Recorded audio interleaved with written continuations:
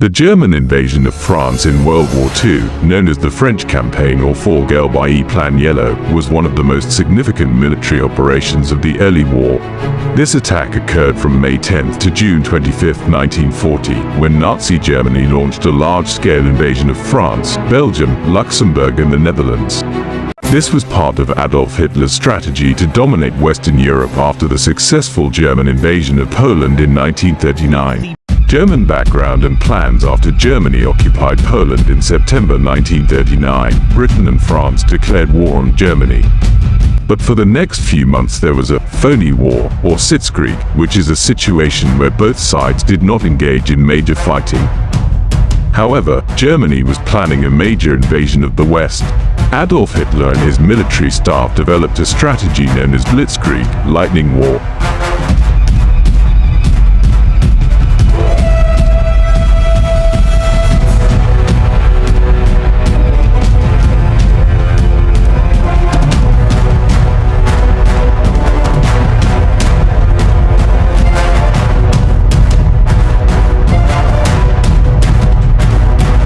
Where speed, mobility and surprise are the key elements to defeat the enemy in a short time.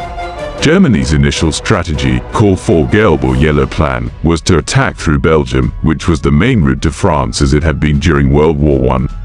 However, General Erich von Manstein proposed a revision of this plan, focusing on an attack through the Ardennes forest, an area considered by the Allies to be too difficult for a large army to pass through.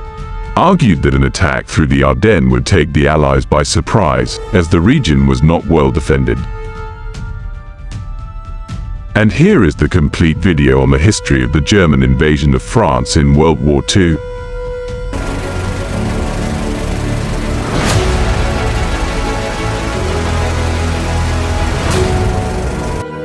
Before the German invasion in May 1940, France was in a fragile condition, both politically, militarily and socially. The interwar period, spanning the end of World War I in 1918 and the start of World War II in 1939, was a challenging time for France. Even though France was nominally one of the great powers in Europe, there were a number of fundamental problems that weakened the country when facing the threat of Nazi Germany.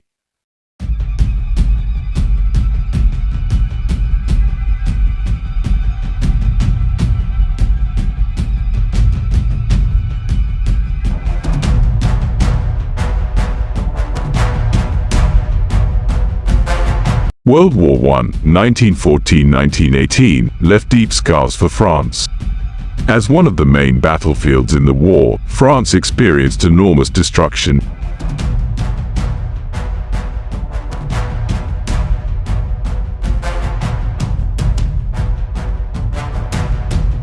Much of the country's north was devastated by fighting, and the French population lost millions of soldiers and civilians as a result of the war.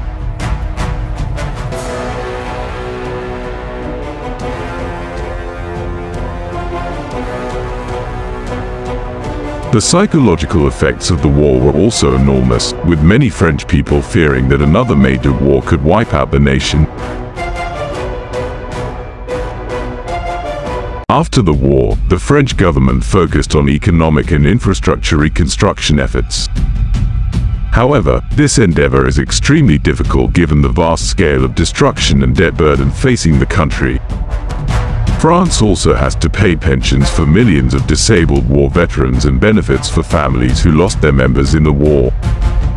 Economic depression and political instability in the 1930s, like many countries in the world, France was affected by the Great Depression that began in 1929.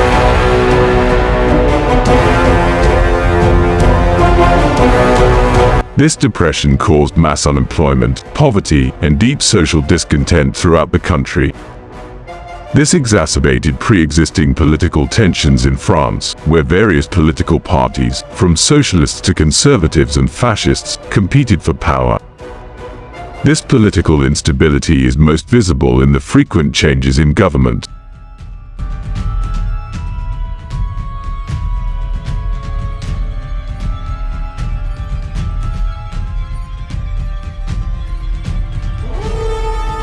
The fragile coalition government, coupled with the presence of radical right-wing movements such as Action Française and other fascist movements, created a divided political atmosphere.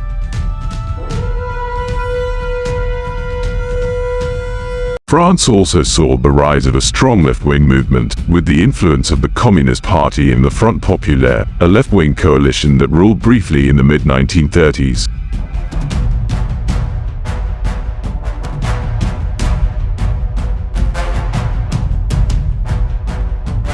This conflict between different political forces made it difficult for France to maintain a solid national strategy. In an effort to prevent a new war with Germany, France relied heavily on a system of alliance treaties and international diplomacy. After World War I, France was instrumental in creating the Treaty of Versailles in 1919, which was designed to limit German military power and secure Europe's borders. However, over time, especially after the rise of Adolf Hitler and the Nazi Party in Germany in the early 1930s, this agreement began to be undermined.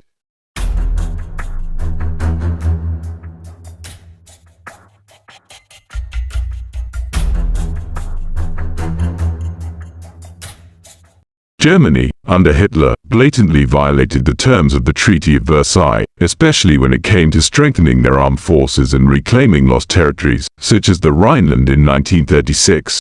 Although France and Britain took note of this, they initially adopted a policy of appeasement, hoping that making concessions to Hitler would spare Europe another major conflict.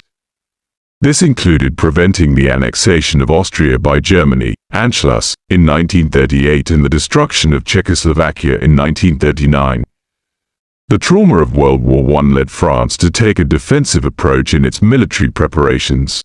They built the Maginot Line, a series of enormous fortifications along their eastern border with Germany. The Maginot Line was designed to withstand a direct invasion from Germany and was considered the most advanced military technology of its time. The fortifications were armed with heavy artillery, underground tunnels and other modern military equipment. However, the Maginot Line had major weaknesses.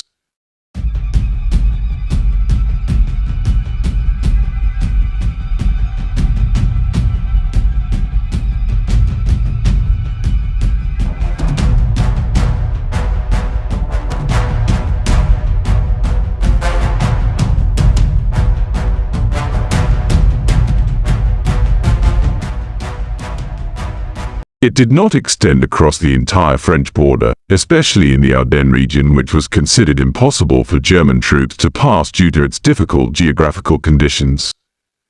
The French also did not take into account that modern military technology, such as tanks and airplanes, would allow the invasion to move faster than it had in World War I.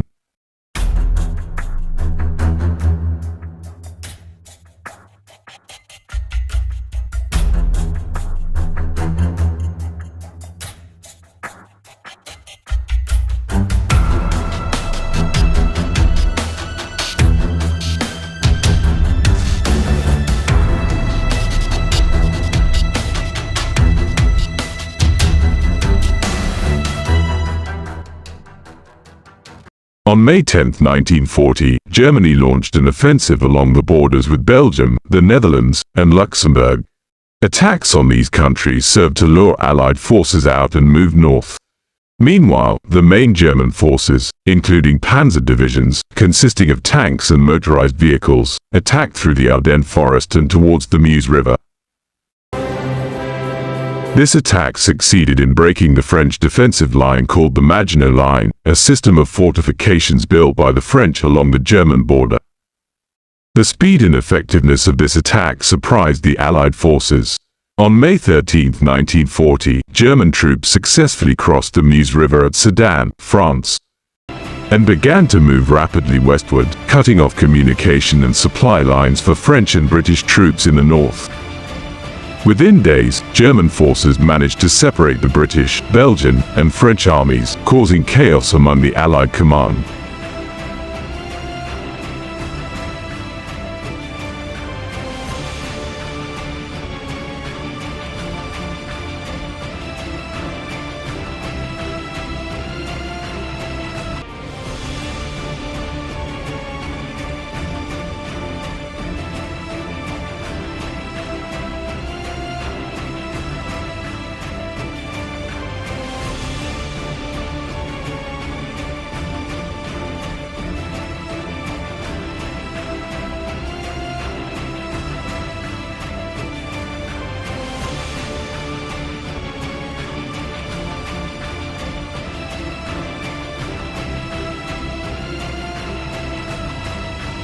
The situation worsened for the Allies as German troops approached the coast of the English Channel, cutting off the Allied retreat towards southern France. British and French troops trapped in the north had to be evacuated via a massive operation from the port of Dunkirk in an operation known as Operation Dynamo. Starting from the 27th of May to the 4th of June 1940, more than 300,000 British and French troops were successfully evacuated to England, although most of their military equipment had to be abandoned.